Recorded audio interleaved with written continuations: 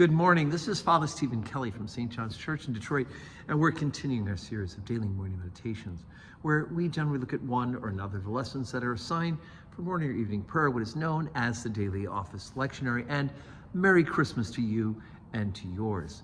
Today, of course, we are celebrating the birth of the Son of God, Jesus Christ, who was born as a child in Bethlehem. And of course, we began the celebration last night with the Christmas Eve services. We had our family service. We had our big Mass at 9 p.m. last night.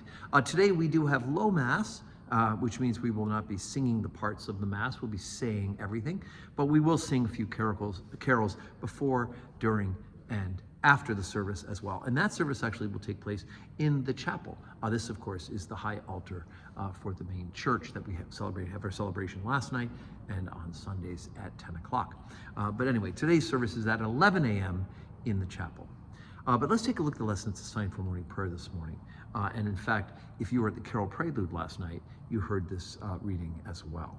One of the great predictions of the coming of the Messiah. From Isaiah chapter 9, beginning at verse 2. The people that walked in darkness have seen a great light. They that dwell in the land of the shadow of death, upon them hath the light shined. Thou hast multiplied the nation, and not increased the joy. They joy before thee according to the joy in harvest, and as men rejoice when they divide the spoil. For thou hast broken the yoke of his burden, and the staff of his shoulder, and the rod of his oppressor, as in the day of Midian. For every battle of the warrior is with confused noise, and garments rolled in blood, but this shall be burned, and fuel of fire. For unto us a child is born, unto us a son is given, and the government shall be upon his shoulder, and his name shall be called Wonderful, Counselor, the Mighty God, the Everlasting Father, the Prince of Peace.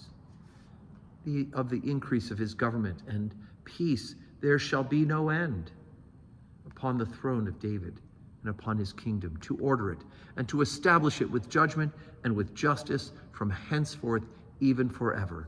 The zeal of the Lord of the hosts will perform this. Now, of course, we can understand by hearing this lesson from Isaiah that the people of Israel thought that the great Messiah, the great anointed one, would be an earthly king, that he would take over the government. But of course, the government that he's talking about is not an earthly government, but the governance over all of mankind and of all the earth, because that Messiah, Jesus Christ, is the second person of the Holy Trinity. God himself, who we celebrate today, took human flesh and dwelt among us. And that, of course, is from our gospel lesson today for the 11 o'clock Mass. We will read John's Gospel, what is known as the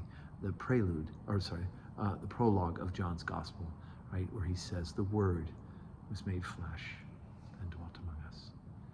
May you have a very Merry Christmas, and if you haven't been to worship yet, come worship with us. And even if you were here last night, it's a different gospel lesson, you can join us again and worship.